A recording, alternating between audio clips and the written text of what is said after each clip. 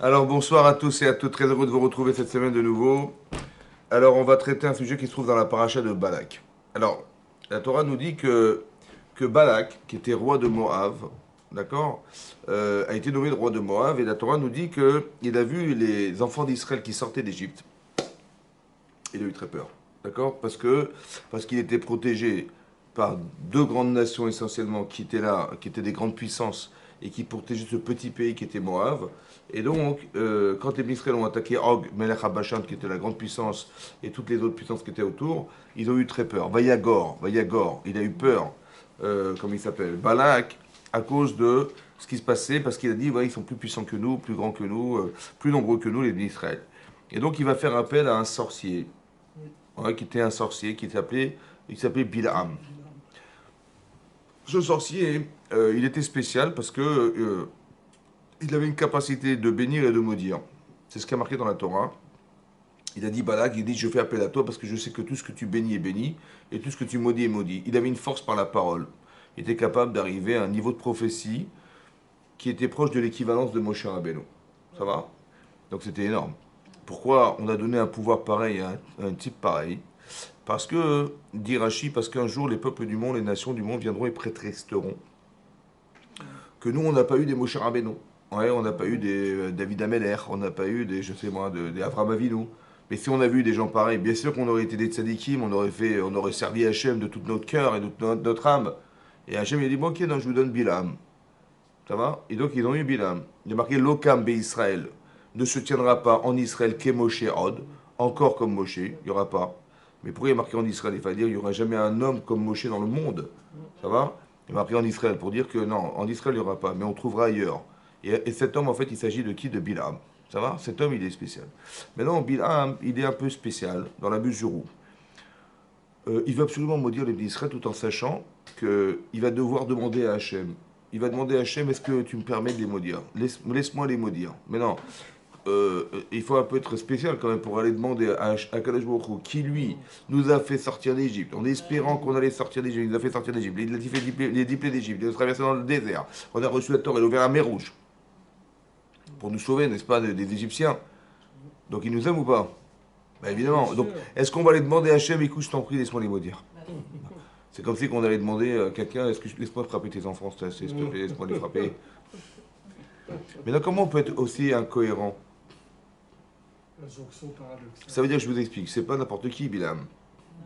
Pourquoi c'est pas n'importe qui? Parce que d'abord, première chose qu'il faut savoir, jamais la Torah nous parlera de choses bêtes, de choses stupides. Ça va, ça ne sert à rien d'écrire dans la Torah. Ça, c'est une chose à comprendre. Pourquoi il faut le comprendre de cette manière? Parce que l'auteur de la Torah, c'est Hachem, c'est Akadosh Baruch Hu. Et Akadosh Baruch Hu, il a créé le monde d'une complexité extrême. Donc c'est sûr que l'auteur de celui qui a créé le monde, il ne peut pas écrire des choses simples. Vous comprenez? Donc il faut arrêter de croire que ce qui est marqué est simple. Genre il est bête, Monsieur Bilam c'est un sorcier. Non, on n'est pas en train de nous raconter des choses simples. Donc il y a quelque chose de très complexe ici qu'il faut comprendre. Et comprendre en fait comment quelqu'un il peut être aussi contredit. Ça va? Il va demander à Kadosh Baruch Hu de maudire les enfants qu'il a fait sortir d'Égypte. Laisse-moi, je t'en prie, les maudire. Et si je ne peux pas, laisse-moi les bénir. Voilà ce qui est marqué dans la Torah. Ça, c'est une chose à comprendre. À part ça, hein, donc il demande cette faveur. Hachem lui dit, alors que Balak, il a envoyé des messagers qui vont devoir prévenir Bilham de maudire les bénis Israël et que pour ceux, il aura beaucoup, beaucoup d'argent, des pouvoirs. Oui. Sur ce, il dit, écoutez, je suis désolé, je ne peux pas vous répondre. Je vais demander à Hachem de me dire ce soir ce qu'il en pense et je vous dirai demain. Hachem il vient donc en prophétie et il lui dit, Lotelech imahem, ne va pas avec eux. Bon, qu'est-ce que vous avez compris, vous? Ne va pas avec eux, ça veut dire refuse. Hein, c'est ça, hein? Pourquoi? Qu'est-ce que l'Otaor et Ta'am, qui Baruchou, ne maudit pas ce peuple car il est béni. Voilà ce qu'a dit Hachem. Qu'est-ce qu'il a compris, monsieur? Il a compris, il ne va pas avec eux. Avec eux. Attends, comment Balak, il a osé t'envoyer des sages. Et il t'a dit, voilà, je te promets tant d'argent. Attendez, j'ai pas compris, mais moi, je vais lui sauver sa vie. Je vais lui sauver son pays. On parle en termes de milliards, là. Faut bien remettre les choses en place, ça va? Des milliards. Parce que si les ministres rentrent dans ton pays, tu sais bien que c'est terminé pour toi, ouais. Et donc, qu'est-ce que tu me proposes? Des centaines de millions? Attends, mais attends, on est loin du compte, là, mon chéri. Et puis, qu'est-ce qui t'a envoyé des petits sages, là, des machins, des skénimes? Envoie-moi des ministres, envoie-moi des gens. Et donc quand j'ai vu ça, hein, dit Bilam, j'ai dit, je comprends pas, mais ça se fait pas ce qu'il a fait. Et quand Hachem lui dit ne va pas avec eux, il dit, tu vois, même Hachem est d'accord avec moi. Va pas avec eux. C'est-à-dire, va avec des gens, dit Rachid, beaucoup plus importants, et demande plus d'argent. Comme si Hachem lui avait dit, mais c'est honteux ce qu'il t'a proposé, Balak. Vous avez compris la personne comme elle est? Ça veut dire qu'il est tellement sûr de lui qu'il a même entendu un message divin lui disant, mais évidemment que tu as raison. Ne va pas avec eux. Tu iras avec d'autres personnes. Évidemment que tu vas y aller. Mais pas avec eux. Vous avez compris comment il a compris ou pas? Ça fait peur quand même. Hein. C'est quelqu'un qui est tellement orgueilleux. C'est ça que dit Rachid. Il est tellement orgueilleux, cet homme, qu'il est capable d'entendre intellectuellement ce que Hachem il n'a jamais dit de sa vie. Hein. Mais que lui il va comprendre la façon dont il a de le comprendre, c'est que il y a quelqu'un. Plus on est intelligent, et plus on est capable de croire que ce qu'Hachem lui a dit, on va intellectualiser ce qu'il a dit, on va transformer dans le sens de ce qu'on espère. Vous comprenez ce que je veux dire ou pas? Ça veut dire, est-ce qu'il peut faire tes chouvas, monsieur? Non. Mais jamais. Il fait de suggestions. D'accord? Ça, c'est la première chose. La deuxième chose qu'on voit, c'est que Balak, il lui a dit, écoute, je t'en prie, maudis-les et chasse-les de l'endroit où ils se trouvent. D'accord? Chasse-les de l'endroit où ils se trouvent. Pour ne pas que je sente. Moi, je te demande une seule chose, c'est qu'il s'en aille. Voilà ce qu'il a demandé Balak à Bilam. Quand il a prié Hachem, quand il a demandé dans sa prophétie, Bilam, le sorcier, il a demandé à Hachem, il a dit laisse-moi les chasser, mais Rachidi de la terre. Pas de l'endroit où ils se trouvent. Il voulait carrément les exterminer. C'est-à-dire, il demande à Hachem, je t'en prie, laisse-moi exterminer ton peuple. Et de la Rachidi, on voit que Bilham, il haïssait plus le peuple juif que Balak. Parce que Balak, il a juste demandé, écoute, chasse-les d'ici, je ne vais pas les voir. Ça va? Et il lui a dit, non, mais je ne vais pas les chasser, je vais les exterminer. Et on voit de là que Bilham, il était encore plus sonné Israël. C'est-à-dire qu'il a plus de haine contre le peuple juif que Balak, alors qu'il avait juste besoin que le danger s'en aille. On puisse chasser les Israël pour ne pas être en danger. C'est ce qu'il a demandé. Et on voit que Bilam, il a fait pire. Donc il a la haine. La haine. D'accord? La jalousie, la haine. Comment quelqu'un. Donc ensuite, qu'est-ce qui va se passer? Il va insister auprès d'Hachem. Hachem ne lui va pas, mais lui, il est sûr qu'il a dit vas-y. Finalement, Balak, il envoie des ministres beaucoup plus importants. Il lui propose beaucoup plus d'argent. Et là, il demande à Hachem écoute, laisse-moi y aller et tout. Il dit bon, bah si tu veux y aller, vas-y. De là, on apprend un deuxième principe. Que c'est marqué dans la Gemara Sota. Bederer chez Adam Rotzeleder. Ça veut dire un chemin qu'un homme il a choisi personnellement, Hachem il le laisse aller. Ça veut dire qu'on a la liberté d'aller là où on veut, même si ce qu'on a pensé était faux. Ça veut dire qu'Hachem il envoie des signes pour expliquer ne va pas. Je t'ai dit ne va pas. Lui il a compris oui, oui, je ne vais pas avec eux, mais je vais y aller. Ok. Mais non, tu veux y aller, vas-y. C'est ça. Bederer chez Adam Rotzeleder. Le chemin qu'un homme a choisi, ouais, Molichimoto, on le déplace dedans. Ça veut dire que tu veux y aller, vas-y, on te laisse la liberté. Seulement, qu'est-ce qui va se passer? Qu'est-ce qui va se passer? C'est que quand il va prendre son âne et il va donc se diriger vers l'endroit où il devait maudire les enfants d'Israël, là, il a vu un ange qui était, dit la Torah, un ange avec. On a fait voir à cet âne, cette ânesse, pardon. L'ânesse, elle a vu quelque chose qui était un ès. D'accord? L'ânesse. D'accord? Un Nes, ouais. Le Nescafé Hachem. Le Nescafé Hachem. Le Nescafé spécial filtre. Non, le Nescafé. Non, le Nescafé Hachem. Le Nescafé, qu'est-ce qu'il a fait? Il a fait voir à cette ânesse un ange avec un sabre dans la main. Elle a eu très peur, cette ânesse. Et elle s'est cognée contre les murs. De plus en plus étroit. Et l'autre, il est devenu fou parce que lui, il ne voyait pas cet ange, Bilam. Et qu'est-ce qu'il a dit? Il a dit, mais qu'est-ce que ça veut dire? Tu me tapes comme ça, tu me fais mal. Il est tapé dans les jambes, ouais. Shalosh regalim, ça veut dire, à chaque fois, à 3 reprises, on lui a frappé la jambe. Mais en hébreu, Shalosh regalim, c'était les 3 fêtes. Et Hachem lui a fait faire une allusion en lui disant, tu veux détruire le peuple qui va respecter les 3 fêtes? À part ça, c'est marqué dans le Midrash que Bilham, il a transgressé le vœu qu'avait fait Lavan. Vous vous rappelez que quand Lavan, vous vous rappelez de Lavan? Lavan, quand il a su qu'Yaakov était parti, après les 20 ans qu'il avait passé chez lui, il a dit il s'est sauvé, et donc il l'a pourchassé. Au bout du 7e jour, il arrive et il retrouve son chantre qui était Yaakov Avinu. La veille au soir, Hachem, il a dit à Lavan, Al tedaber. Ne lui parle pas mitov adra. Al tedaber. Ne lui parle pas en mal, ni en bien. Alors Rachid expliquait que le mal, le bien chez les Réchaïm, c'est un bien, le bien chez les Réchaïm, pardon, le bien chez les Réchaïm, les mécréants, c'est un mal chez les Tzadikim. Et on explique que, en fait qu'est-ce qu'il essayait de faire? Il essayait de lui dire, écoute, reviens à la maison. Mais là-bas, c'est marqué, dans la paracha de Kitavo, plus tard dans la Torah, c'est marqué que quand on apportait les bikurim, vous savez, quand on était en Eretz Israël, là-bas c'est marqué que quand vous serez en Israël, vous apporterez les fruits, les prémices de vos fruits chez le Kohen. Donc le Kohen, il va réceptionner ses fruits dans un panier, il va faire la tenoufa, le balancement des fruits, et ensuite on doit dire un texte. Et on doit dire Arami Oved Avi. Arami, cet araméen Oved Avi qui voulait détruire mon père. C'est qui cet araméen? Cet araméen, c'était Lavan. Et c'est le texte qu'on rapporte aussi dans la Gada de Pessah. Vous vous rappelez? Ah oui, C'est marqué Arami Oved Avi. oui. Pour dire quoi? Ça veut dire quoi? Il voulait détruire. Ça veut dire que Lavan, il voulait exterminer Yaakov Avinu et sa famille. Mais Hachem ne lui a pas dit ne touche pas cet homme. Il a dit ne parle pas. C'est bizarre qu'il ne parle pas. Après, qu'est-ce qu'ils appellent? Ils ont dit on va faire un pacte. Ça s'appelle le Galaed. Il y avait un tas de pierres qui était le témoin que, voilà, on va plus se faire la guerre. Cette frontière, elle est déterminée à partir de ce tas de pierres. Ça va? Et en fait, il n'a pas respecté Bilham, le tas de pierres qu'avait fait Lavan. C'est pour ça qu'il était tapé dans les murs. Mais donc, qu'est-ce qu'on apprend de là? Dit le Midrash Tanchuma, qu'en vérité, Bilham était la résurrection de Lavan. Et le même Lavan qui voulait détruire le peuple juif à travers Yaakov et sa famille, le même Bilham, il a aussi voulu détruire ce peuple. Vous avez compris ce que je veux dire? C'est-à-dire que c'est profondément ancré en lui le désir d'exterminer le peuple juif. Maintenant, vous avez vu qu'à chaque fois, il est rattrapé par ces choses-là. Et lorsque finalement Hachem lui ouvre les yeux, il a vu l'ange, il a eu peur. Mais là-bas, c'est marqué, il a crié, il a dit, mais si j'avais pu avoir un ça dans tes mains, je t'aurais tué à son ânesse. Parce qu'elle a parlé, l'ânesse. Miraculeusement, elle a parlé, cette ânesse. Il s'est vu un sabre. Et là, ils ont rigolé. Les gens de Moab, ils ont dit, j'ai pas compris. Pour tuer une ânesse, tu as besoin d'un sabre. Alors pour le peuple juif, comment tu vas faire? Mais avec ta parole, t'étais censé pouvoir maudire le peuple juif. Tu n'es pas capable de le faire avec une ânesse, tu vas le faire avec les clés Israël, c'était ridicule, vous avez compris pas? Mais qu'est-ce que veut faire Hachem? Il veut que Bilham, il fasse teshuva.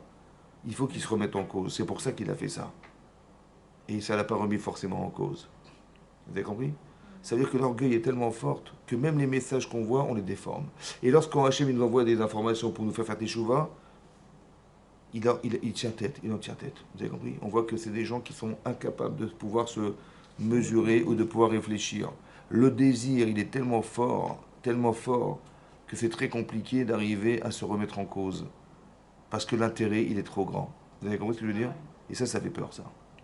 Ça veut dire qu'on n'est pas lucide, parce que l'intérêt qu'on a de ne jamais lâcher prise est tellement fort, que même les messages qu'on nous envoie, et même les coups qu'on reçoit, ça sert à rien. Ça veut dire que, voilà ce qu'on apprend. C'est très important que vous entendiez ça. Nous, on en tire des leçons de ça. Vous voyez? On tire des leçons de se dire, c'est comme c'est marqué dans la Torah, hein, dans les Pirkei Avot, c'est marqué dans les Maximes des Pères. La kin'a, la jalousie, la ta'ava, les plaisirs, et le kavod et les honneurs. Motsim et adam min haolam. Ça sort l'homme du monde. Vous avez vu qu'il est incohérent, cet homme. Il est sorti du monde. Il est plus logique. Il est plus lucide. Ça sort du monde. D'où on apprend ça? Dans Menachot, elle dit là-bas hein, que sur le passouk qui se trouve dans Bereshit, c'est marqué que quand Hachem a finalisé la création du monde, il a dit la chose suivante. Ele toldot shamay va'aretz. C'est marqué là-bas hein, que Hachem, donc les toldot, c'est-à-dire toutes les dérivées de la création du monde, c'est tous les astres, tout ce qu'il a pu créer, toutes les étoiles et tout ce qu'il y a dedans. Ouais.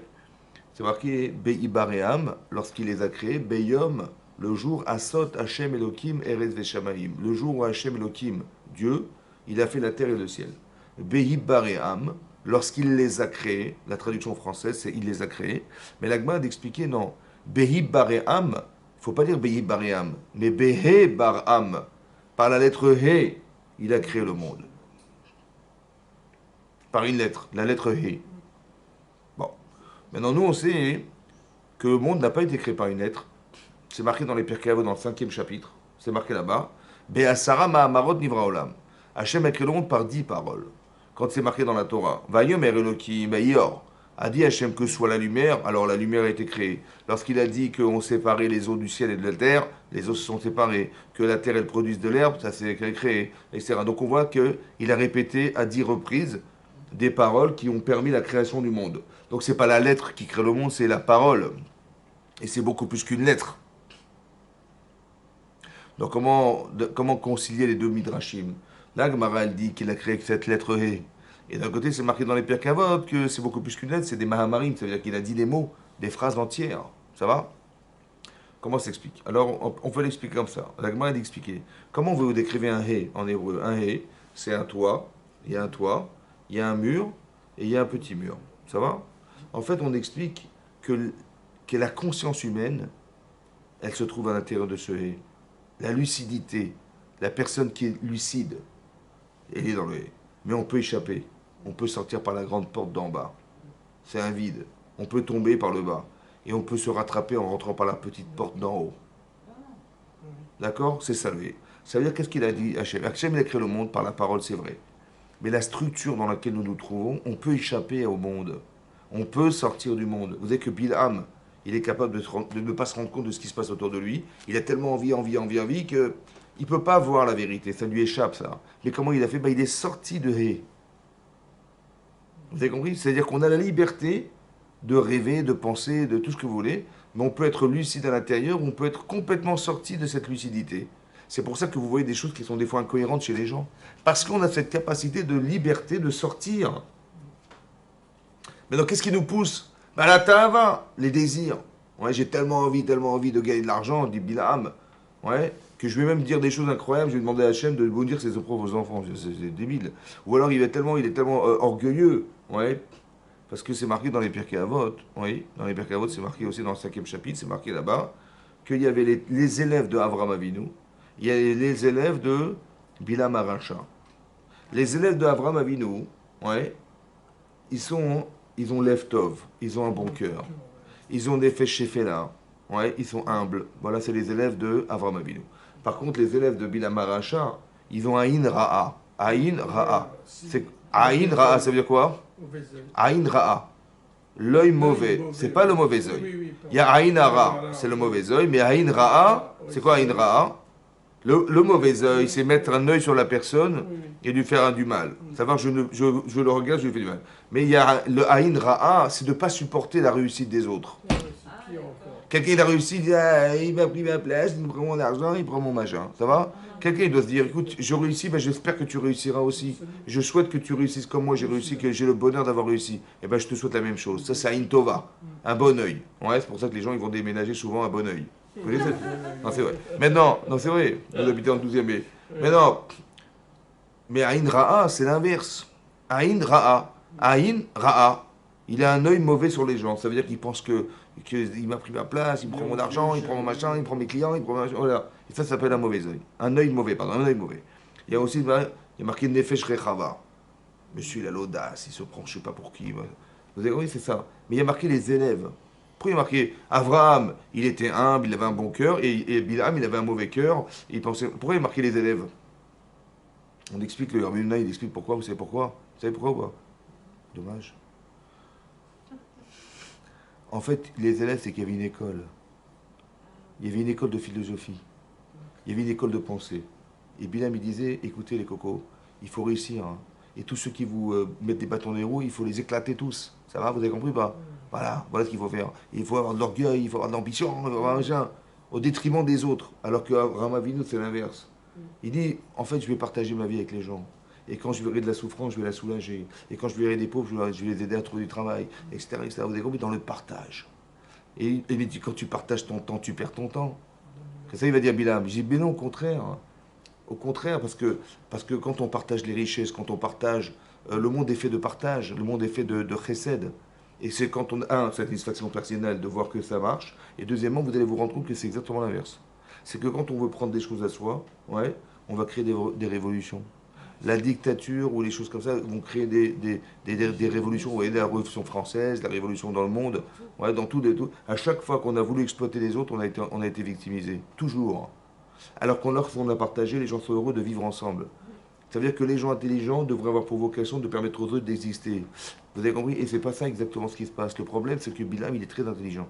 Au point où, dit l'Agma dans Brachot, il était capable de calculer l'instant qui dure une millième de seconde où Hachem il se met en colère une fois par jour. Il a dit, et là-bas Tosfot dit, mais qu'est-ce qu'il a pu dire pour pouvoir pénétrer dans cet instant? Et il dit, Kalel, maudit. Et hop, tac, il a pensé que.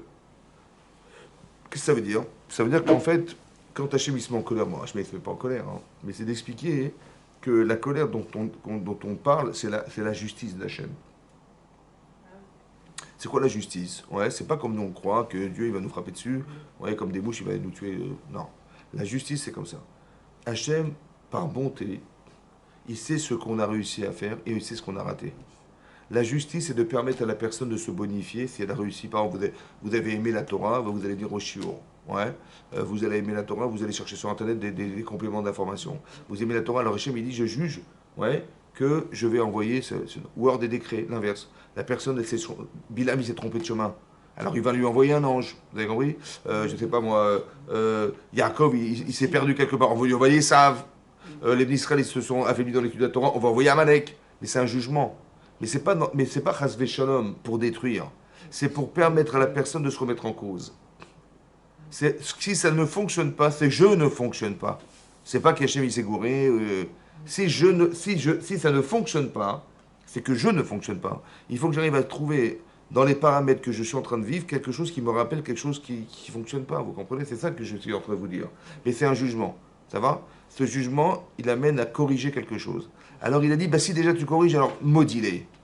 Vous avez compris ce qui se passe? C'est ça la colère d'Hachem. C'est pas qu'il se met en colère, c'est qu'il y a un moment qui va d'expression de la justice dans le monde. Comme il se passe, je sais pas, en Ukraine, comme il peut se passer dans n'importe quelle partie du monde, Hachem il fait la justice. Vous avez compris? Après qu'on l'explique d'une façon ou d'une autre, c'est un moment de réflexion. C'est-à-dire, je sais pas, peut-être les Ukrainiens, ils ont tout le temps massacré les Juifs, par exemple, pendant la Shoah, ils étaient pires que les Allemands. Et bien peut-être qu'ils sont en train de payer, en fait, entre guillemets, ils sont en train de dire, je vous en prie, sauvez-nous, sauvez-nous, alors que nous, on était en Ukraine, à l'époque en Ukraine, où les Cosaques, on a dit sauvez-nous, sauvez-nous, vous croyez qu'ils nous ont sauvés, non? Vous avez compris? Alors en fait, on est rattrapé par le manque de souffrance qu'on n'a pas eu. Et les arguments qui sont cités par ces gens-là sont exactement les mêmes qu'on aurait voulu qu'ils entendent un jour et qu'ils n'ont jamais voulu entendre. Ils sont rattrapés par leurs erreurs. Vous comprenez ce qui se passe? Et donc quand tu sais l'histoire, tu te dis, ah ouais, tiens, c'est marrant, ça correspond à la souffrance que je n'ai pas supportée des autres. Et ça permet de faire tes chouvas. Et là, tout s'élimine. Vous avez compris comment ça marche? C'est ça, la pensée juive. C'est ça, la pensée juive. Et Bilam, c'est l'inverse. C'est marqué là-bas que quand l'ânesse, elle a dit, elle a parlé, c'était un miracle. Elle a dit, mais pourquoi tu me frappes? Est-ce que je ne suis pas tout le temps avec toi tous les soirs? Et l'Agma dans Vodazara, elle dit que Bilam, il faisait de la zoophilie. C'est-à-dire qu'il carrément, il avait un rapport avec son ânesse. Tous les soirs. Vous avez compris ou pas? Mais comment quelqu'un, il est capable de calculer l'instant où Dieu se met en colère, qui est une prophétie exceptionnelle, et d'arriver à faire des choses aussi basses et aussi dégradantes. Vous avez compris? Vous avez compris? Première chose à comprendre. C'est pas parce que tu es un homme qui a des connaissances, ou que tu es éclairé dans ta vie, que ça va refouler le mal. Ça veut dire que le bien et le mal peuvent vivre ensemble. Des fois, tu dis, mais comment il est comme ça? Il est religieux, le type, il fait des bêtises pareilles. Comment c'est possible? Sachez une chose, le bien et le mal peuvent vivre ensemble. C'est pas que la lumière, elle repousse l'obscurité. Tu dis, mais quand on est dans une salle noire, j'allume la lumière, hop, l'obscurité se dissout, ou bien elle disparaît. Ouais, il y a lumière. Il dit, mais moi aussi j'ai de la lumière, j'ai de la connaissance, j'ai des clairvoyances. Normalement, ça devrait pouvoir repousser le mal. Mais est-ce que les deux peuvent vivre ensemble? Ouais, peuvent vivre ensemble, ouais. Peuvent vivre ensemble.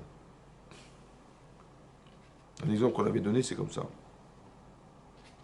Vous vous rappelez quand il y a une dame qui avait perdu son enfant, le pauvre était décédé. Et donc, qu'est-ce qu'elle a fait? Elle a été voler l'enfant de l'autre, d'une autre dame.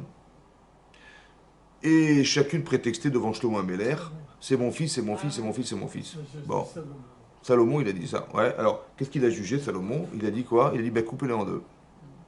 C'est pas grave. Ouais, il n'a pas dit, on prenait la mi-temps. Toi, tu prendras 5 heures, le 5 heures. Non, il a dit, coupez-le carrément en deux, un morceau, un morceau. La mère, il y a une mère qui a dit, bah, écoutez, je préfère, donnez-lui. Et l'autre a dit, bah, si tu veux, bah, coupez-le, pas de problème. Ouais.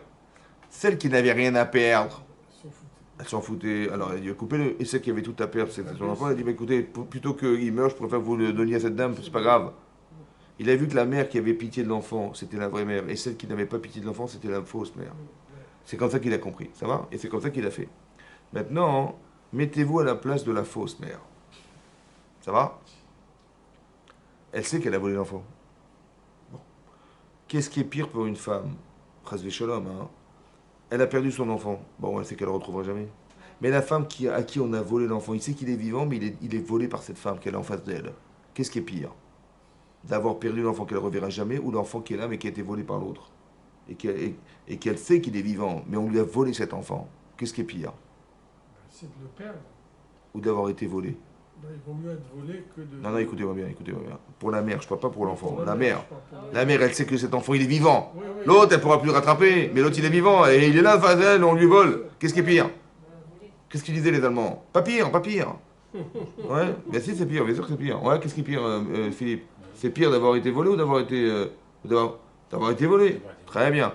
Maintenant, celle qui l'a volé, elle sait que ce qu'elle est en train de faire est pire que ce qu'elle a vécu elle-même.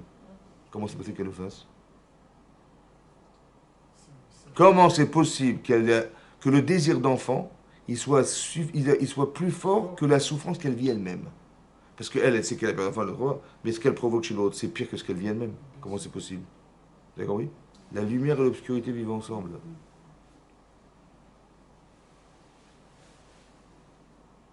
Caïn. Bon. Caïn, il a inventé la notion de korban. C'est lui qui a inventé la notion de korban, de sacrifice. Et qu'est-ce qu'il a fait? Il a apporté un sacrifice à Hachem. Et son frère, il a apporté aussi un sacrifice. Mais Hachem, il a refusé le sien. Mais il a accepté celui d'Hachem, de son frère Evel. Ouais? Qu'est-ce qu'il fait Caïn? Il se met en colère. Vaïcharaf. Il se met en colère. Venaflou palav. Et il devient blême. Il voit qu'Hachem, il agresse Corban, le feu il descend sur le corban de son frère, mais lui, carrément ignoré. Et ça l'a mis en colère. Ça va? Ça l'a mis en colère. Et en plus, il est devenu blême. Hachem lui dit, mais pourquoi tu t'énerves? Lama achara af. Pourquoi tu te mets en colère? Lama naflou panecha. Pourquoi tu deviens blanc comme ça? Qu'est-ce qui t'arrive? Il dit, elle est bonne, c'est quoi ces questions-là? Mais je m'énerve parce que tu m'as refusé mon corban. Je t'offre des fleurs, je te fais une offrande et même pas tu me regardes. Mais je m'énerve, non? Oui, non. Et à part ça, pire que ça, si encore c'était entre moi et toi, ça va, mais devant mon frère, tu m'as fait ça, mais l'archouma, tu m'as foutu la honte. C'est vrai ou pas? Et c'est quoi ce genre de question? C'est quoi la question de j'aime? Dis, pourquoi tu t'énerves? Ouais, je m'énerve parce que tu m'as refusé mon corban. Et pourquoi je suis blême? Parce que tu m'as fait la honte. Oui? Qu'est-ce qui va se passer? Vayomer Caïn et Hachem lui dit comme ça. Hachem lui prévient, il dit Im tetiv seet. Si tu t'améliores, je te pardonne. Vim no tetiv, mais si tu t'améliores pas, la pétach chatatrovetz, la pétach, à la porte de ton cœur, tu as tellement de haine de ton frère que la faute est tapie devant la porte. Ça veut dire devant ton cœur, à la porte de ton cœur. Si tu vas rencontrer ton frère, tu vas le tuer. C'est comme ça que ça va se passer. Attention, il faut que tu t'améliores. Sinon, tu vas fauter. Qu'est-ce qui s'est passé? Vayomer Caïn et Evel arrive. Il a dit Caïn à son frère, on sait pas ce qu'il lui a dit. Il s'est levé devant lui, dit le passokin. Vayomer Caïn et Evel arrive. Il a dit Caïn à son frère Evel. Il s'est levé, il a tué son frère. Vayakom, Vayarog, il a tué son frère. On ne sait pas ce qu'il a dit. Là-bas, c'est marqué dans le Targum, dans la traduction araméenne de Yonatan Ben Uziel, du Rav Yonatan Ben Uziel, qui est là-bas dans le Chumash. Il a dit, vous savez ce qu'il a dit, Caïn, ce qu'il a dit? Il a dit à son frère, Let din velet dayan. Il n'y a pas de jugement au futur, il n'y a pas de juge. Et l'autre dit, bien sûr, il y a un jugement, bien sûr qu'il y a un juge. Il dit, ah bon, tu vas voir, il l'a tué. Donc il a renié Dieu. Comment c'est possible que quelqu'un puisse être à un niveau de prophétie où il parle à Dieu et être capable de dire, il n'y a pas de bon Dieu? Vous avez compris? Normalement, quelqu'un qui est lucide, il dit, mais c'est stupide. On voit que le bien et le mal, ils vivent ensemble. C'est pas que le bien, il va refouler le mal. Vous avez compris ce que je veux dire? Il faut savoir, ouais? Vous avez compris? Vous avez compris? C'est pas parce que tu connais la vérité que ça t'empêche pas de penser l'inverse. D'où ça vient ça? Ouais? Parce qu'il a été vexé, Abel, Caïn a été vexé, pourquoi vexé? Parce que tu m'as refusé mon corban. Maintenant, écoutez-moi bien. Imaginez-vous quelqu'un, hein, sa femme, elle insiste pour qu'il lui achète, je sais pas moi, une bague, un solitaire. Bon. Et tout le temps, elle lui répète, alors, quand est-ce que tu vas m'offrir? Voilà. Bon, à un moment donné, il a dit, je vais lui offrir la bague. Ouais. Donc il a été à la bijouterie, il a acheté la bague, il a un petit coffret. Il lui dit, tu sais quoi, là, j'ai la bague que tu rêvais d'avoir. Je dis, bon, ça, tiens. Il lui sort la bague. Alors, elle ouvre la boîte, il fait, ah d'accord, merci. Je commence à merci, les bonnes sœurs. Mais oh, 3 000 euros! Ça va comme ça que tu me remercies, saute-moi dans les bras, je sais pas, moi, fait quoi. Il va s'énerver. Il dit, attends, c'est la dernière fois que je t'offre des bagues, c'est comme ça que tu reçois les cadeaux que je t'offre, et il va s'énerver. Bon. Mais si elle a fait ça et qu'elle n'a pas souri, c'est que. Bah, c'est pas ce qu'elle voulait, hein. Il n'a pas choisi la bonne. Je parle pas de la femme de ménage, hein. Je parle de la bague, hein. La bonne. Ouais. Oui. Au lieu de dire, ah, j'ai dû faire une gaffe, ça n'a pas plu, excuse-moi, bien, on va la changer. Non, il va s'énerver, monsieur. C'est pareil. Hachem dit, mais écoute, c'est moi le bon Dieu. Ça va? Si je refuse de combat, c'est qu'il y a un problème dans ton sacrifice. Au lieu de t'énerver contre moi, tu devrais dire, ah, j'ai dû faire une gaffe. Pourquoi tu t'énerves? Ça veut dire, au lieu de te dire, mais ah, si Dieu a refusé mon corban, c'est que j'ai dû faire une bêtise. Ouais. Et je vais regarder mon frère ce qu'il a approché, et je vais voir que c'est rien à voir avec ce que j'ai approché. Oh là là, excuse-moi, je me suis trompé, excuse-moi. Non, non, non, monsieur, il a l'orgueil de croire qu'il a raison. Vous avez compris ça? Ça veut dire que dès l'instant où la personne n'est pas capable de se remettre en cause, mais tu passes un Hachem qui refuse ton corban, t'as pas honte? Non, il n'a pas honte. Il va s'énerver. Parce que je vous explique un truc. Si Caïn il s'énerve contre le bon Dieu, c'est que Dieu s'est trompé. Ah oui, si tu t'énerves, si tu revendiques quelque chose avec ta manifestation là, où tu deviens blême, c'est que Dieu il s'est gouré. Comment il a osé me faire la honte? Mais tu te rends compte que tu crois que tu es au même pied d'égalité qu'Hachem? Non mais faut se calmer là. Il devrait dire, ouah, si Dieu m'a refusé mon corban, c'est que j'ai dû faire une bêtise. C'est moi qui ai fait la bêtise, c'est pas lui qui a fait la bêtise de me refuser mon corban. Vous avez compris? Et c'est ça qu'il lui a dit, mais pourquoi tu t'énerves? Ça veut dire, c'était quoi la question d'Hachem? C'est dire, mais pourquoi tu t'énerves? Mais c'est moi qui refuse. Et si je refuse, c'est que tu es en train de prétexter que je me suis trompé en refusant ton corban. Mais comment tu oses poser ça? Vous avez compris? Maintenant, la personne, par frustration de ne pas avoir été acceptée, elle va renier Hachem. Vous avez compris comment ça marche? Ça veut dire que le bien et le mal peuvent vivre. Tu peux être un prophète et à la fois de faire des choses qu'on comprend. Là-bas, c'est marqué que Hachem, il a donné du pouvoir à Bilam, de prophétie. Ça va? Pourquoi? Parce que les peuples du monde diront un jour, prétristeront un jour en disant, mais si on avait des Moshe Rabbeinu, on aurait été des sadikim, on aurait fait la misvot comme les Israéliens ont fait les misvot.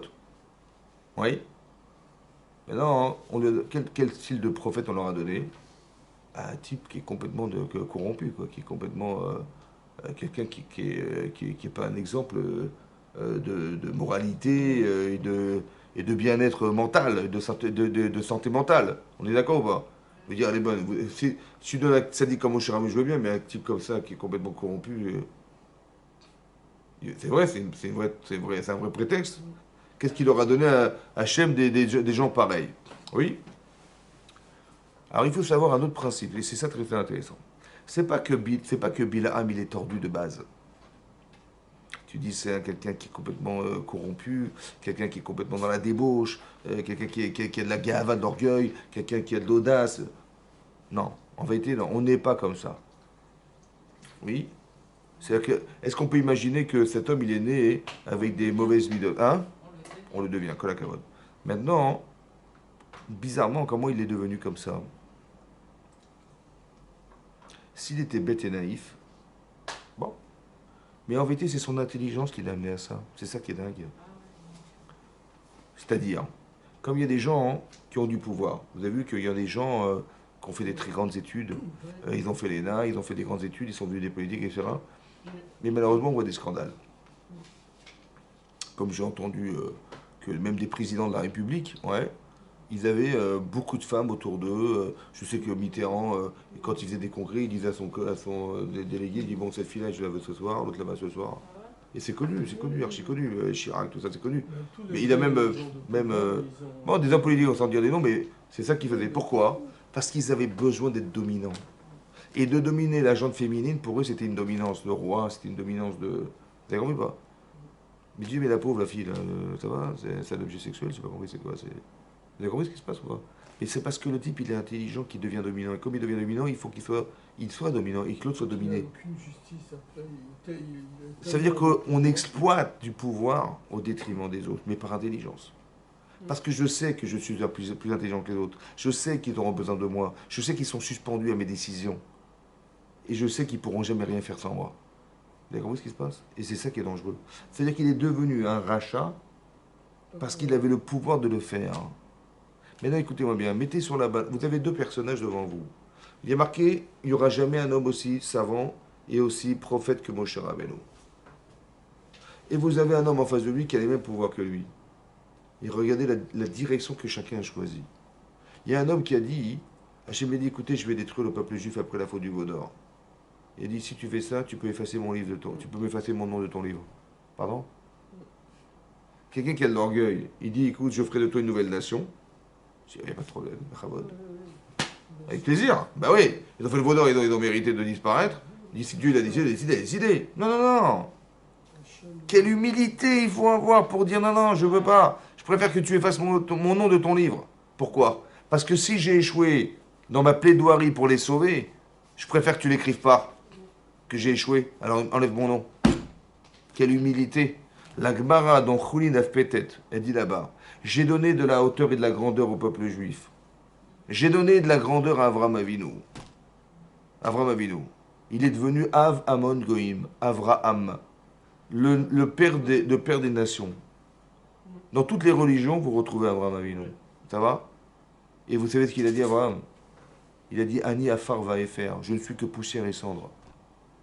On a donné du pouvoir à David Ameller, roi d'Israël pendant 40 ans. Il a dit Ani Ketolaat. Je suis un ver de terre.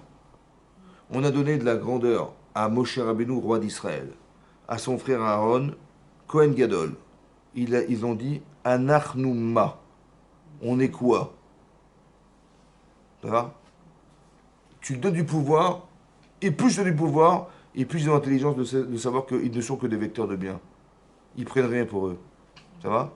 Et quand on a pensé que Moshe il volait dans les caisses de l'État et tout ça de l'époque, il dit écoutez, moi j'ai même pas demandé à quelqu'un de passer son âne et passer machin.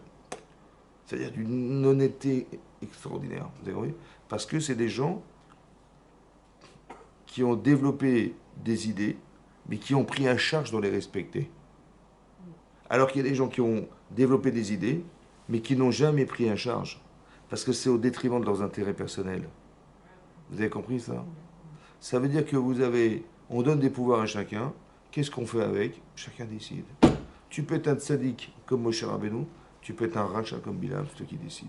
C'est pas il avait des mauvaises vidotes. C'est qu'il a développé une philosophie de vie qui fait que si tu veux dominer le monde, c'est comme ça que tu dois faire. Comme des grands dictateurs, je sais pas, Hitler, vous imaginez qu'il a tué 60 millions de personnes quand même, pour être le dominant de l'Europe. 60 millions, mais non, mais c'est une folie ton histoire. Et même un seul type. Mais pourquoi faire? Parce que tu as des idéaux, parce que tu as envie de. T'as une façon de concevoir le monde, et donc tu vas tuer des gens pour ça? Non, mais c'est. Tu vois ce que je veux dire? On peut être à la fois éclairé d'un côté, complètement dans l'obscurité de l'autre. Et les deux vivent ensemble. C'est pas contradictoire. Vous avez compris? C'est pour ça qu'il faut faire attention. C'est marqué dans le Kriyat Shema, on le dit, avant de lire le Kriyat Shema, c'est marqué dans Alenu Shabéar. Il y a marqué Hachem ou Elohim, Dieu est Elohim. Ouais. Veyadata qui est Hachem ou Dieu, et tu sauras que Dieu est Dieu. Veyashevota. Et tu ramèneras cette idée, elle l'évavera dans ton cœur. Ça veut dire qu'il y a la connaissance et la capacité d'accepter et de vivre cette connaissance, de l'accepter la connaissance. Tu vas dans la Torah, c'est Talemunat Hachem, ok. Mais est-ce que tu l'as pris en charge, cette confiance en Dieu? Est-ce que tu es la femme ou tu es l'homme qui a accepté d'être au service d'Hachem ou bien au service de toi? C'est comme tu veux. Ouais. Pour ça que moi, tous les matins, je regarde le plafond. Parce que je ne veux pas être au service de toi. Ça va? Mais au service d'Hachem. Et pas du toit de ma maison. Ouais. J'ai même téléphoné à un ami à moi, il s'appelle Monsieur Tuile. Et je lui dis non, non, je veux pas que tu fasses partie de la charpente. Vous avez compris? Non, mais c'est pour ça que. Vous avez compris? C'est pour ça que. Hein? Il nous a ramené la clé. Ah ouais, que des tuiles. Il n'y avait que des tuiles, j'ai eu avec lui. Et c'est pour ça que. C'est pour ça qu'il faut il faut prendre à charge la connaissance. Vous avez compris? C'est-à-dire quoi prendre à charge? Ça veut dire, tu dis, voilà, il faut être dans la vie, mais tu peux dire, je vais être dans ma vie. Tu dis, il faut être entier avec les gens, je vais être bienveillant, je vais être machin. C'est beau de le savoir, mais tu peux savoir des choses et vivre le contraire. Tu sais pourquoi? Parce que tu n'as pas pris sur toi d'être. Quand on fait schéma Israël, il y a marqué, on est Mekabel Ol Machut Shamaim. Ça veut dire on prend sur soi le joug divin. Tu dis comment c'est, tu réfléchis, tu dis voilà, tu sais à qui tu t'adresses. Tu t'adresses à Hachem.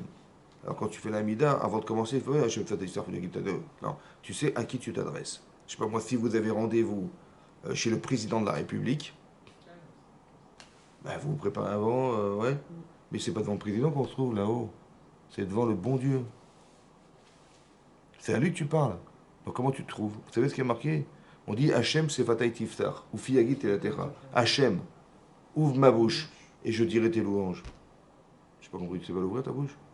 Tu dis Hachem, ouvre-moi la bouche pour que je dise tes louanges. Hachem c'est Fatah Tiftar, mes lèvres, ouvre-les pour que je puisse. T'as besoin que tu lui demandes qui te les ouvre, tu les ouvres tout seul. Vous savez pourquoi on lui demande? Parce qu'on devrait être tellement paralysé devant lui qu'on dit je peux même pas te parler tellement j'ai peur de te parler. Alors je t'en prie, ouvre-moi la bouche. Tellement la hirat Shamaïm doit être grande. C'est comme quand on était des enfants, si on était convoqué chez le directeur, on était comme ça. C'est vrai ou pas? Tu dis attention, hein, je vais convoquer chez le directeur. Ah ouais, d'accord, je me doutais. Mais on devrait respecter Hachem. C'est pas la peur en vérité, c'est de savoir à qui tu t'adresses. Donc tu prends sur toi le Ol Machut Shamaïm, ça va?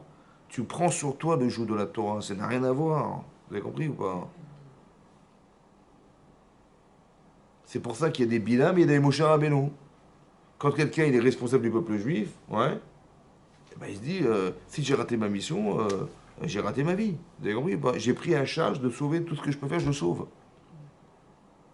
Tout ce que je peux faire pour m'engager à aider le peuple juif, je fais. Vous avez compris? Pas? Je prends sur moi, je m'engage. J'ai réfléchi à ce qui est bon de faire. Parce qu'il y a toujours deux façons de réfléchir. T'as Yetzeratov, Yetzerara. T'as le bon et le mauvais penchant. C'est comme ça. Et lui, il a dit non, non, non, ça j'élimine et ça je garde la bonne direction, le bon sens des choses, etc. Et maintenant, je m'accorde le fait de l'avoir pensé. Mais c'est pas seulement que je l'ai pensé, c'est que je le vis. C'est connu que Aristote c'est un grand philosophe. Il a dit à ses élèves, il dit faites ce que je vous dis, mais faites pas ce que. Il a dit faites ce que je vous dis, mais faites pas ce que je fais. Ça veut dire qu'il était complètement tordu, corrompu, cet homme, tu vois. Mais il a dit, je vous dis la philosophie, la meilleure façon de penser.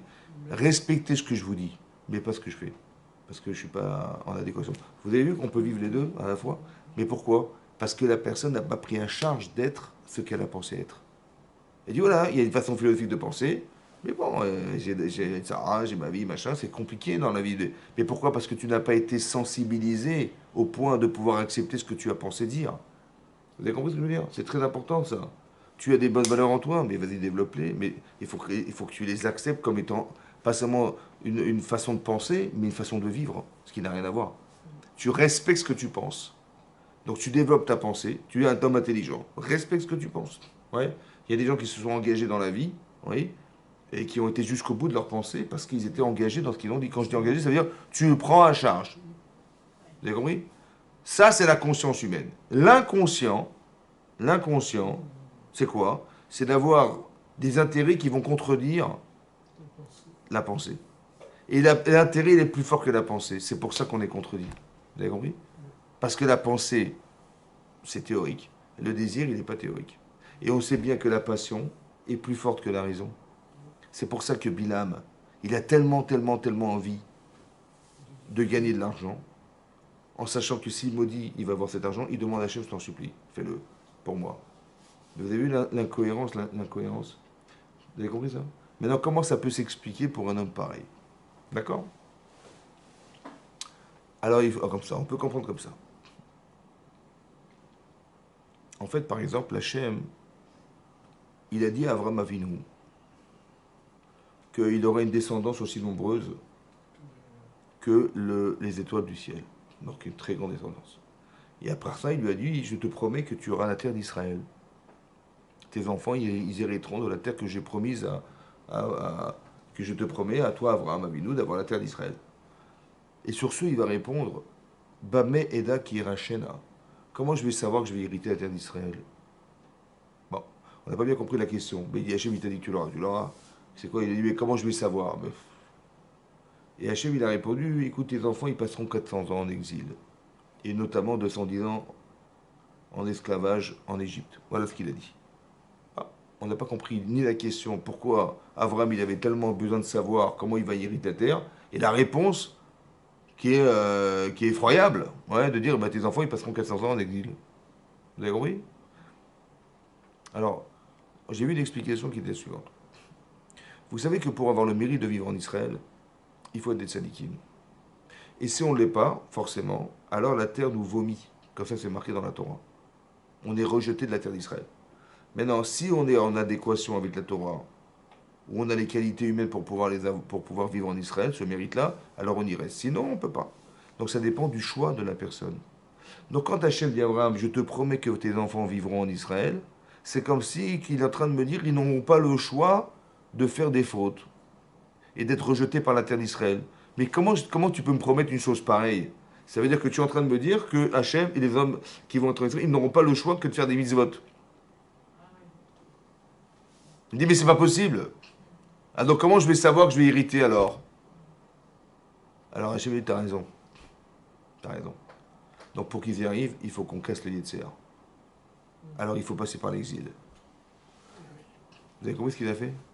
Pour pouvoir garantir qu'on va être des tzadikim, on est obligé de gommer, gommer, gommer. L'exil, ça permet d'avoir de l'humilité. L'exil, ça permet d'avoir une forme de relativité de sa vie. Parce que quand tu souffres, tu relativises. Ça va? Alors il va pas falloir 400 ans d'exil pour pouvoir imaginer qu'on aura la chance de pouvoir rentrer en Israël sans avoir, sans être orgueilleux, ni de ne pas ressembler à des bilams. Vous avez compris? Il fallait passer par ça. Sinon, si tu donnes du pouvoir aux gens, bah, malheureusement, voilà ce qui va se passer. D'accord? Il fallait passer 4 ans. Donc, ça veut dire qu'on avait cette force-là, on a eu cette force-là. Donc, c'est-à-dire que pour pouvoir être lucide, il faut gommer. Vous savez, il y a une Gemara dans Gittin. Daphné Ménabal, la Gemara raconte une chose comme ça. Il y avait un rave, il s'appelle Ilish, le rave Ilish. Cet homme, en vérité, dit la Gemara, c'était un Talmid Chacham, ouais, mais à l'époque, les gens étaient pris en captivité, vendus esclaves, ou bien vendus en échange de rançon. Bon, donc lui, il a été pris en captivité, ce rave. Et là-bas, c'est marqué, Dagmar raconte qu'il y a un corbeau qui est venu là, qui a piaillé devant lui. Il voulait absolument savoir ce que cet oiseau il disait. Alors il a su que dans le camp là-bas, il y avait quelqu'un qui comprenait le langage de l'oiseau. Bizarrement, ouais, il comprenait le langage de l'oiseau. Il a été voir ce non-juif, il a dit, mais dis-moi, qu'est-ce qu'il dit l'oiseau là? Il a dit, Ilish, sauve-toi, Ilish, sauve-toi. Il dit, bon, les corbeaux, c'est des menteurs. Je ne crois pas trop les corbeaux. Bon. Après, dit l'Agma, il y a une colombe qui est venue. Une colombe, elle est venue. Et elle a piaillé devant lui de nouveau. Il a été voir ce non-juif et dit, dis-moi, qu'est-ce qu'elle raconte la colombe là? Il dit, bah je te dis, Ilish, sauve-toi, Ilish, sauve-toi. Elle répète, tu peux te sauver. Ah, la colombe, elle a comparé au peuple juif, elle dit la vérité, donc je vais l'écouter. Et c'est ce qui s'est passé. Il s'est sauvé et par miracle, il a pu se sauver du camp. Il a échappé. Là-bas, Rabbi Akiva, il demande une question. Il dit, c'est marqué dans le Harour que Aïlish, il comprenait le langage des oiseaux. Il dit, mais la Gemara d'Angiti a dit explicitement le contraire. Comment le Harour, il a pu dire que Aïlish comprenait le langage des oiseaux, alors que la Gemara a dit, mais il a demandé à ce non-juif, traduis-moi ce que dit l'oiseau. Donc il ne comprenait pas le langage des oiseaux. Bon, il ne comprend pas. Donc il ne comprend pas, Rabbi Akiva ne comprend pas comment le Harour, il a pu dire une chose pareille. Le Maharsha, hein, qui est un commentaire du chasse aussi, il demande une question. Il dit, je comprends pas, quand le corbeau il est venu, ouais, et il a dit, il a piaillé, et il dit, je crois pas les corbeaux, c'est des menteurs. Donc si tu comprends pas la gauche des oiseaux, tu vas dire que c'est un menteur. Il dit, mais comment il a pensé que cet oiseau, il lui avait menti, peut-être, mais que la personne qui lui traduit ce qu'elle lui dit la vérité, lui. Peut-être qu'il est en train de vouloir te tuer, il ment pour que tu te fasses tuer, non? Quand il demande au marchand. Comment il n'a pas cru le corbeau, mais il a cru le type qui pouvait lui mentir. Alors, le Rav Chaim Shmulevitz, qui était le Rosh Yeshiva de Mir, il a dit comme ça. La réponse à la question du Maharsha, comment il n'a pas cru le corbeau, mais il a cru le type qui lui avait dit ça, c'est sûr que c'est ça qui a fait savoir que Awarour qui comprenait les oiseaux. Parce que c'est pas possible qu'il n'ait pas, il ait pas cru le corbeau, mais il ait cru le type qui va lui raconter des bobards. Ça va? Donc forcément, c'est qu'il savait. Ah, s'il savait, pourquoi il a demandé au goy de lui traduire? Il dit parce que les tzadikim, ils ont peur d'entendre ce qu'ils ont envie d'entendre. Il avait tellement envie de sortir de prison. Il avait tellement envie d'échapper à ses agresseurs, à ses... vous avez compris? Il a eu peur d'entendre ce qu'il voulait entendre. Et il dit, dis-moi, confirme-moi. Vous avez compris ça? Ça veut dire que il a eu peur d'être un Bilam. Ben, Bilam, il dit, Hachem dit, va pas avec eux. Il dit, ah, tu vois, j'en étais sûr. Tu vas même Dieu, il est d'accord avec moi, c'est incroyable. Hein. Il m'a dit, va pas avec eux, c'est-à-dire, vas-y, vas-y un jour, mais pas avec ces gens-là. Vous avez compris comment il est tordu, le bonhomme? J'ai peur d'entendre ce que je voulais entendre.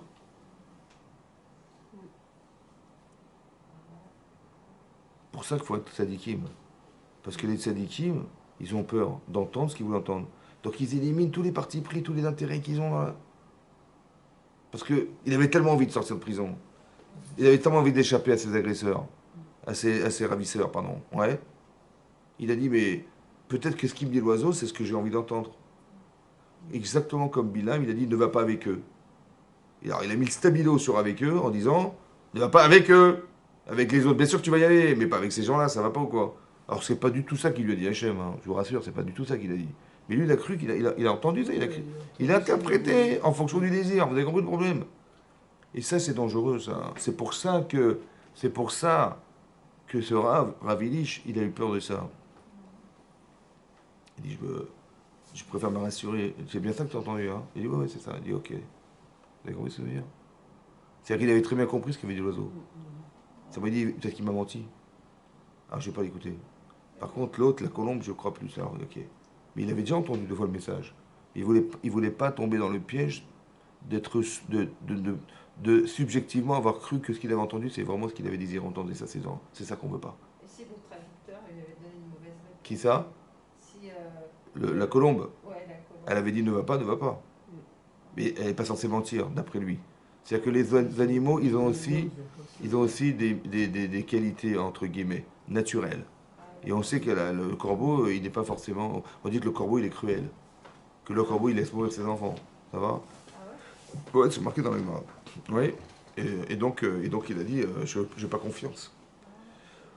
On ne donne pas du crédit à des gens qui ne sont pas censés prétexter la vérité. Vous avez compris? Ou qui ont des mauvaises midotes, qui ne sont pas crédibles. Par exemple, l'agma dont je vois d'Afzaïn a dit là-bas, hein, et c'est comme ça que marqué dans le Shulchan Aruch, que si quelqu'un il mange dans la rue, ouais, sans être gêné, il ne peut pas témoigner. Il ne peut pas être un témoin. Et Rachid explique pourquoi. Parce que si quelqu'un il ne respecte pas ce qu'il est, demain s'il ment, on dirait mais pourquoi t'as menti, t'as fait un faux témoignage? Je dis parce que je m'en fous. J'ai rien à défendre. Vous avez compris ce que je veux dire? C'est pour ça qu'il n'est pas crédible. Parce qu'il n'y a rien qui peut l'empêcher de mentir.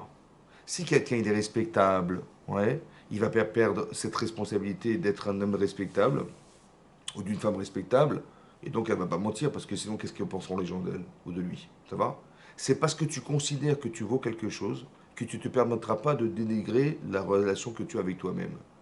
Mais si tu te fous de toi déjà et que tu n'as rien à perdre, alors je ne peux pas te faire confiance. C'est pour ça qu'il faut avoir une considération de soi. C'est ça qui est marqué là-bas. Hein? Les hommes politiques. Hein? Les hommes politiques. Wow. C'est pour ça qu'il a marqué dans la Gemara dans Sanhedrin. La Gemara dit là-bas dans Sanhedrin de la Metzaïn. C'est une Mishnah en fait. La Mishnah dit là-bas hein, que si deux témoins ils viennent au Beddin, ils viennent au tribunal, mais malheureusement hein, ils ont fait un témoignage qui condamne quelqu'un à mort. Il a fait une faute qui le condamne à mort. Je sais pas, il a tué quelqu'un, on était témoin, le jour, tout est coïncide. La première chose que disent les juges aux témoins, ils leur disent comme ça. En fait, on leur fait peur. De quelle manière on fait peur aux témoins? On leur dit dans la chose suivante. Vous savez pourquoi Hachem il a créé un homme tout seul sur la terre? Au départ de la création du monde, il y avait combien de personnes sur la terre? Un seul homme. Dans l'univers. C'est étonnant quand même, comme entreprise. Il a fait un univers qui mesure 13,7 milliards d'années-lumière et il y a un seul type dedans. Ouais. Vous savez pourquoi Hachem il a fait ça? Dit la Mishnah. Il dit non. Parce que si cet homme était mort, c'est pas lui qui serait mort, c'est l'humanité qu'il contient qui aurait disparu. Donc si vous faites un faux témoignage, sachez que vous n'avez pas tué un homme, vous avez tué une forme d'humanité que contient cette personne. D'où on tire ça? Parce que quand Caïn, il va tuer Evel, ouais, là-bas c'est marqué, dans le passouk c'est marqué, que Hachem a dit Dme achicha tzoakim elai. Les sangs au pluriel de ton frère crie vers moi. Demande à Mishnah, comment ça les sangs au pluriel? Le sang de ton frère crie vers moi. Il dit non, parce que quand tu as tué Caïn, tu as tué Evel, pardon, tu n'as pas tué un homme. Tu as tué tous les enfants qui auraient pu naître de cet homme. Les sangs de ton frère crient vers moi, ça veut dire que eux, d'accord, qu'est-ce que voulait dire Hachem par ça? Il voulait dire, hein, toi tu as cru que ton frère qui est là devant toi, il te dérange. Donc si tu l'enlèves, tu n'as plus de problème. C'est vrai pas? Mais il y a des millions d'innocents derrière qui crient au secours, qui veulent vivre. Donc si tu avais dimensionné ton frère, non pas à la mesure de ce que tu vois, mais derrière l'immensité que représente ton frère, est-ce que tu l'aurais tué? Est-ce que tu aurais provoqué un génocide en tuant ton frère? Tu dis, mais moi j'ai appuyé sur un bouton, la bombe atomique, elle a explosé. Bah, d'accord, mais il y a des millions de morts qui sont morts à cause de ça. Tu dis, mais moi j'ai fait qu'un appuyer sur un bouton, moi. Ou j'ai tué mon frère, j'ai tué personne. Non. Si tu avais su dimensionner ton frère en sachant qu'il n'est pas enfermé dans ce que tu vois, mais que derrière il y a des millions de personnes qui devraient naître, alors tu l'aurais fait ou pas? Je dis, bah non, alors c'est dommage. Conclut la Mishnah. Il dit la chose suivante. Lefichach, c'est pour cela. Chayav Adam Lomar. Chayav Adam Lomar. On est obligé, l'homme est obligé de dire, Bishvili Nivra Olam, le monde est écrit pour moi. Pourquoi? Parce que la Mishnah dit qu'on a créé un homme tout seul dans l'univers. Maintenant, écoutez-moi bien. Là-bas, le Maharal de Prague, il pose une question. Il ne comprend pas. Il dit comme ça. Quand Hachem il a créé le monde, il a mis un seul homme sur la terre. C'est vrai que si Adam Arishon était mort, l'humanité aurait disparu. Il était tout seul. Mais aujourd'hui, on est presque 8 milliards. En janvier, on serait 8 milliards sur les habitants sur la terre. Donc s'il en manque un, ça va. C'est pas grave. Ouais? Oui ou non? Donc quand tu dis, ah, vous savez quoi? On leur fait de la morale. On dit, vous savez, Adam Arishon, mais qu'est-ce que ça a à voir avec aujourd'hui? Les types, ils vont faire un faux témoignage, on n'aura pas tué l'humanité si on tue un homme. Qu'est-ce que ça va avec Adam Arishon? Vous avez compris ce que je veux dire? Ben, il était seul, je comprends, mais là, on n'est pas tout seul. Donc il manquera un parmi 3 milliards, 8 milliards, ça va, c'est pas la fin du monde. Donc en quoi ça va dissuader les témoins de dire un faux témoignage? Alors il répond comme ça. Est-ce que c'est pas un peu trop grand l'univers pour un homme? Hein? Hachem, il a créé l'univers pour un seul homme. C'est trop grand ou c'est trop petit? C'est trop grand. C'est vrai que c'est trop grand ou c'est trop petit? Hein? Moi non plus. C'est trop grand. Mais c'est énorme, c'est énorme. Très bien. Dans cet homme, il y a une neshama ou pas? Elle mesure combien? Ben, elle est infinie. Si tu regardes le corps de l'homme dans l'univers est trop grand. Et si tu regardes un neshama dans le monde, elle est trop haut, le monde est trop petit. Vous savez comment il regarde Hachem? Il ne voit pas ton corps, il voit ton neshama. Mais si lui, il a jugé que tu valais la peine d'avoir créé un monde pareil, c'est que tu es rien ou tu es beaucoup? Alors regarde-toi comme ça. Chayav Adam Lomar. Chayav. Ça veut dire que je dois pouvoir justifier l'importance qu'Hachem revêt de moi. Parce que si je pense que je vaux zéro, c'est que Dieu s'est gouré. Il n'aurait pas dû créer un monde aussi énorme. Il aurait créé une petite rue, ça m'aurait suffi largement. Si j'avais 10 appartements dans la rue, ici, je me suffi largement. Mais Hachem, il a créé l'univers pour moi. Ça veut dire, il faut que tu justifies ce qu'Hachem il a pensé de toi. Maintenant, est-ce qu'il y a une personne dans le monde qui vous ressemble? Non. Qui est exactement vous? Avec des parents pareils que vous, pareil? Est-ce que vous n'êtes pas unique dans le monde? Est-ce qu'on n'est pas tout seul dans cet univers? Alors il faut que tu considères que ta vie, elle ne vaut pas n'importe quoi. Parce que tu dois dire chayav. Tu es chayav de dire. Tu es chayav. Ça veut dire que tu es obligé de dire. Le monde est écrit pour moi. Parce que Si c'était faux, alors Hachem n'aurait jamais créé tout ça pour moi. C'est impossible. Dans l'unité que je représente dans l'univers, je suis seul. On est des milliards. Mais comme personne ne nous ressemble, est-ce qu'on n'est pas seul vis-à-vis d'Hachem? Alors, ça veut dire quoi? Ça veut dire que tu dois pouvoir justifier cette importance te revêt, le fait qu'il t'ait créé tout seul. Oui, non? Alors tu vaux rien. Mais quand tu sais que tu vaux grand, tu vaux beaucoup, est-ce que tu vas négliger ce que tu es? Eh ben, c'est ça qui va te permettre de rester lucide. C'est ça qui va te faire dire que tu as autre chose à faire que de faire n'importe quoi de ta vie. C'est ça que dit le Maral de Prague. Vous avez compris? Et c'est ça qu'on dit aux témoins. On a dit, vous savez pourquoi il a créé ça, le monde? Ouais. Parce qu'en vérité, l'homme est très important. Or, si vous faites un faux témoignage, vous ne respectez pas ce qu'Hachem il a pensé de vous. Vous avez compris ce que ça veut dire? Tu comprends, Philippe? Ouais. Philippe, ouais. Ça veut dire que si un homme il fait un faux témoignage, écoutez-moi bien, si je fais un faux témoignage, c'est que la voix de l'autre, elle vaut quoi? Elle vaut rien. Mais comment tu peux considérer que la tienne est tellement importante pour dénigrer la vie de l'autre? Ah, si tu dénigres la vie de l'autre, c'est que la tienne, elle vaut rien non plus. Alors, pour peu que tu aies de l'importance de ce que revêt ta vie, tu aurais honte de détruire celle des autres. Donc, si manifestement tu l'as détruite, c'est que ta vie, elle vaut rien. Parce que si elle valait quelque chose, tu ne l'aurais jamais fait. Alors, reconsidère-toi. Et c'est ça le problème. Vous avez compris? C'est comme vous avez remarqué que les accidents mortels de voiture, ils sont entre 18 et 25 ans. Pourquoi? Pourquoi cet âge-là? 18-25. Non, après, il y a moins d'accidents. Les gens, ils ne sont pas conscients de... Mais qu'est-ce qui fait qu'ils ne sont pas plus conscients que les autres? Ils sont bêtes? Non, ils sont orgueilleux, ils sont encore... Hein? Ils sont dans leur... Dans quoi? Ils sont un petit peu dans la gava. Quand on a 20 ou 25 ans, on croit que... Mais pourquoi sa vie, elle est pas... Je vous explique un truc. Quand vous dites à un gosse, il a eu le permis, il veut s'acheter une voiture. Mais pourquoi faire? Ben, c'est pour aller foncer sur l'autoroute. Oui, Bah oui, mais qu'est-ce qu'il veut faire une voiture, le type? Ah, Il va pas vous aider à faire les courses, hein, je vous rassure, c'est pas... Non, il veut foncer, il veut faire un pilote de course, quoi. Pilote de course, voilà. Et c'est pour ça qu'il va avoir un permis, ça. Seulement, c'est dangereux. Parce que quand tu roules à 180, mais si tu veux éviter les flashs, c'est dangereux ou pas? Mais le plaisir de la vitesse, messieurs, dames. Très important, le plaisir de la vitesse. Mais quand tu mets en balance le plaisir que te procure la vitesse, le plaisir, et d'un côté, tu risques ta vie, qu'est-ce que tu choisis, toi? Moi, je dis ma vie. Lui dit non, non, non, non, mais il va jamais rien m'arriver.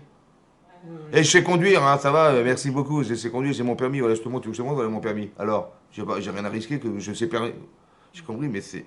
Je ne remets pas en cause comment dire, je remets pas en compte tes capacités de conducteur de Formule 1, hein, je sais que tu es extraordinaire. Seulement, il peut arriver que, je sais pas moi, il y ait une plaque de verglas, je sais pas moi, il peut arriver qu'il y ait une fuite, il y a une flaque d'huile sur la route, et tu glisses et tu te prends un mur. Il y a des choses qui sont. Où le type il va te rentrer par derrière, vous avez compris, bah. Pourquoi tu prends le risque? Comment ça fait qu'il accepte de prendre le risque? Parce qu'il n'a aucune considération Hein? pour les autres. Attendez, je dis comme ça. Tu mets la vitesse et tu mets le risque de mourir. Bon, la vitesse, le risque de mourir. Le plaisir de la vitesse, le risque de mourir. Le plaisir passe avant. Pour moi, c'était que le plaisir, il passe avant sa vie. Vous savez pourquoi? Parce que sa vie, elle vaut moins que le plaisir qu'il a de foncer. Elle vaut rien, sa vie. Donc, qu'est-ce qu'il faut faire? Il faut qu'il ait une considération du sens qu'a sa vie. C'est pour ça que le type, quand il se marie, il a une face en face de lui, il fait attention. Et quand il y a des enfants dans la voiture, il fait gaffe. Pourquoi? Mais c'est pas parce qu'il a des enfants, c'est parce que sa vie maintenant, elle a plus de hauteur, elle a plus de valeur. Plus de valeur. C'est pour dire, attendez, je suis père de famille quand même. Et dès l'instant où tu donnes de la valeur à ta vie, tu as une autre façon, tu la risques pas cette vie-là. C'est pour ça que je suis en train de vous expliquer, il n'y a personne qui vous ressemble dans l'univers. En plus, vous êtes né dans un mazal où vous êtes tombé dans le peuple juif. En plus, vous êtes religieuse et religieux. Mais c'est rarissime, ça. Est-ce que vous allez négliger ce privilège que vous avez? Ben non. C'est pour ça qu'on doit rentrer dans la Torah. Parce que, et quand on a compris ça, mais c'est extraordinaire, ça veut dire qu'on se rend compte de la chance qu'on a d'être dans ce Hémet. Hachem, il a dit, Anochi Hachem Elokecha. Je suis ton Dieu qui t'ai fait sortir d'Égypte. Bah, déjà qu'il ait dit je suis ton Dieu, moi j'aurais dit, moi si j'étais Dieu, qu'est-ce que j'aurais dit? Je dis bah écoutez, dorénavant, vous êtes mes serviteurs, messieurs, dames, ça va? Voilà, je vous donne la Torah, si vous voulez réussir, il faut me servir, hein, comme il faut. D'accord? Comme ça, si vous me servez bien, vous allez là en bas. Moi c'est ça que j'aurais dit. C'est ça qu'il a dit Hachem? Non. Il a dit je suis à ton service, mon chéri. Mais tu sais ce que c'est Hachem ou pas? À part ça, il n'a pas dit je suis à ton service. Il a dit je suis ton Dieu à toi. Il n'a pas dit non, non, non, attendez, si on n'est pas 6, 7 millions, 8 millions, 10 millions, je commencerai pas à parler. Hein. Il a dit je suis ton Dieu, le tien. C'est-à-dire que si on était tous les deux, j'aurais accepté de te servir, dit Hachem. Et vous imaginez ça? Ça veut dire qu'on est très important à ses yeux ou pas? Est-ce que j'ai le droit de négliger l'importance que revêt le fait qu'Hachem il me voit comme ça? J'ai le droit ou pas? Non. Alors je dois être dans la Torah. Je fais attention à ce que je fais. Ouais. Et l'importance qu'il me donne, elle est très importante. Donc, parce qu'elle est infinie, cette reconnaissance est infinie. Donc fais attention de respecter la Torah et Mitzvot, c'est très important. De respecter le Shabbat, de respecter l'insigne, de respecter ce que vous voulez. Et plus on sait que c'est important, et plus on sait que moi, là-bas, il dépend essentiellement de la rigueur que j'ai de faire les mitzvot comme il faut, et de l'amour que j'ai de le faire de façon profonde, et plus mon là-bas, il va grandir, évidemment, c'est comme ça. C'est pour ça qu'il faut faire, c'est pour ça qu'il faut prendre sur soi le joug, c'est-à-dire l'importance que revêt le fait que Hachem, il attend de nous quelque chose. Parce que l'histoire, elle ne va pas se faire toute seule.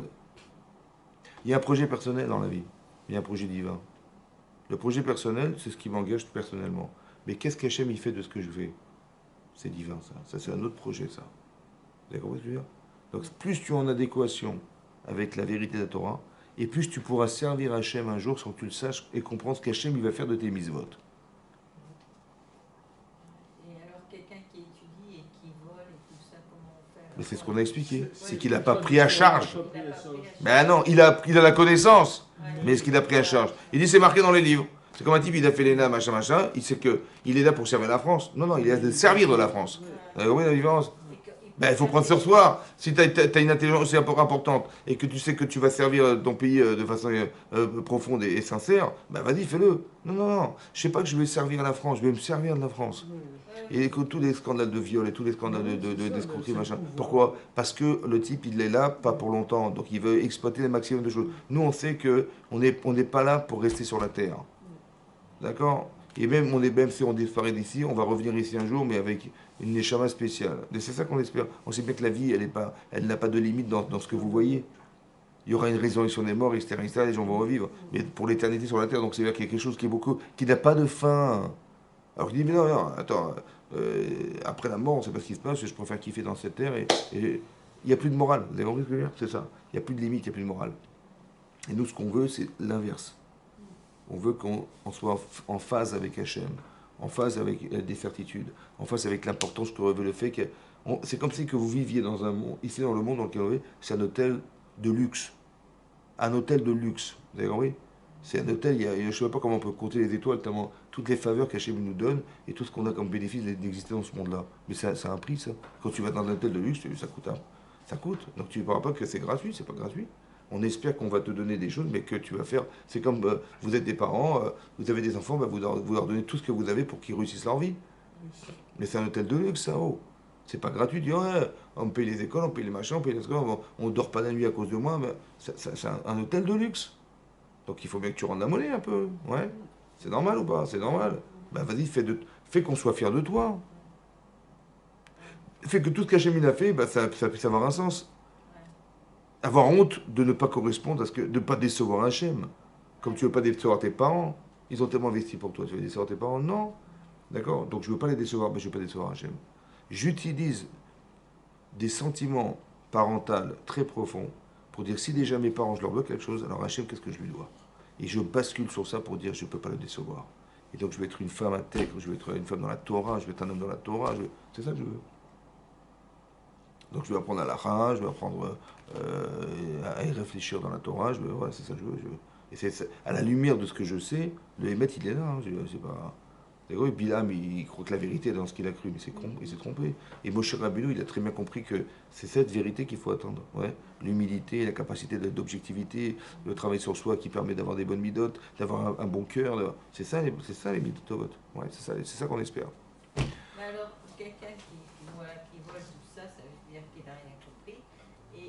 15 jours, vous avez dit tout à l'heure, il ne pourra pas faire teshuva. Si, il peut faire teshuva. Mais des fois, ça passe malheureusement par de la souffrance qui permet de relativiser le plaisir. Et ce plaisir-là permet d'arriver à la subtilité. Razak ou Baruch, merci beaucoup. Merci beaucoup. Razak. Merci.